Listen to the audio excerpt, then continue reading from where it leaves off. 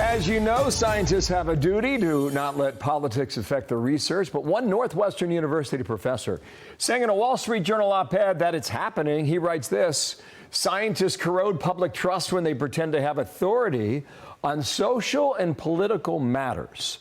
We thought our next guest, the author of the new book, The Dying Citizen, would be perfect for this topic. Victor Davis Hanson joins us now, senior fellow at Hoover Institution. Nice to see you, Victor. Morning to you. Science is to be respected and explored. We all know that. It's also to be questioned to make sure that the science is correct. How do you see the position of this professor here? Well, I think he's absolutely right. What we've done, Bill, is we've entrusted these unelected people, bureaucrats, with judicial, legislative, and executive power. So Dr. Fauci practices what Plato called the noble lie. So wear no mask, wear one mask, wear two masks. And when he's caught, he said, I did it for your own good so you wouldn't buy all the masks up and doctors wouldn't have them. Herd immunity, 60, 70, 80%. I kept changing the figure because the science was necessary to adapt to show you that you still had to get vaccinated. And the worst, of course, as people pointed out, is natural immunity was as comparable or superior to acquired, but he didn't want to tell you that because he's afraid that the citizen might say, I'll take my chances and get COVID. If I'm under 60, it's 99 plus. And I don't think they should do that, but he was afraid of that, and then they would get COVID and not have to take the vaccination and get superior immunity. But how absurd is Dr. Fauci? Because if you get vaccinated, he's saying, if you have COVID, you still have to get vaccinated. So the people in COVID are saying, well, if COVID acquired immunity is superior, do I have to, do the people who are vaccinated have to go out and get COVID so they have double protection like you want me to have double protection?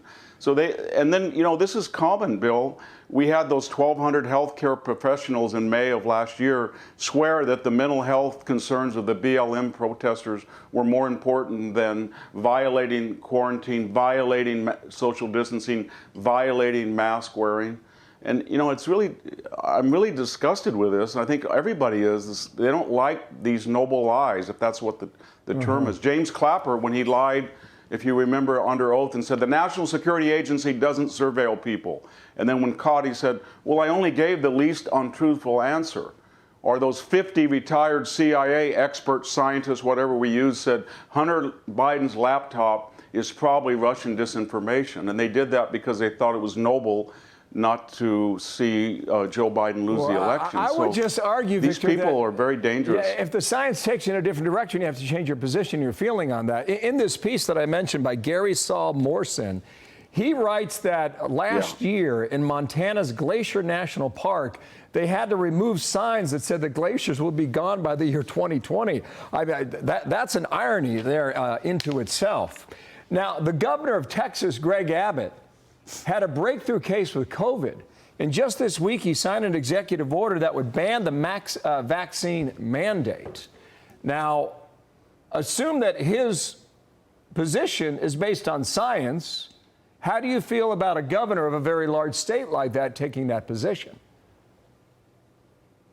Well, I think what he's saying is that I have informed citizens and I serve at their bequest, and they're rational people, and they're going to make a decision that if they're under 60, and it's very unlikely they're going to die from COVID, and they may prefer to take their chances rather than to get a vaccination. I didn't do that. I don't recommend it. But I'm not going to tell somebody that acquired immunity is not as good as a vaccination when the science says otherwise, because I'm nobly going to lie to them and hope they'll get otherwise vaccinated.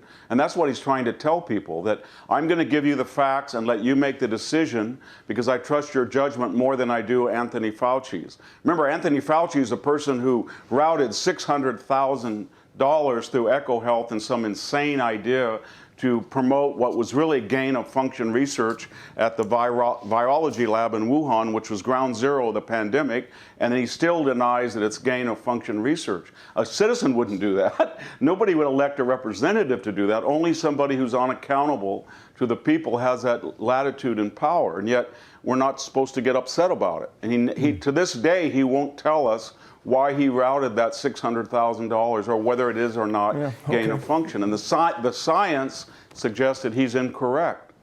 Fair point. Mike Gallagher, Congressman's coming up in about 45 minutes on that very topic about Wuhan and what the axis is or is not. Fauci once said, if you're seeing attacks on me, quite frankly, those attacks are on science. His quote. Victor Davis Hanson, thank you for... We have a lot of cult figures and religious figures throughout history that said, if you dare doubt my word, then you're an apostate or you're irreligious. So he's treating science as a personality cult and a religion that's wrapped up in his own persona, and that's about as anti-scientific as you can be. He should be saying, look at the data, use the scientific method, and then see if I'm on the right or wrong side of science and make your own decisions based on logic, not trust me, I'm a cult figure. Fair points. VDH, thank you. Victor Davis Hanson. Nice to see you, sir. Thanks for coming in.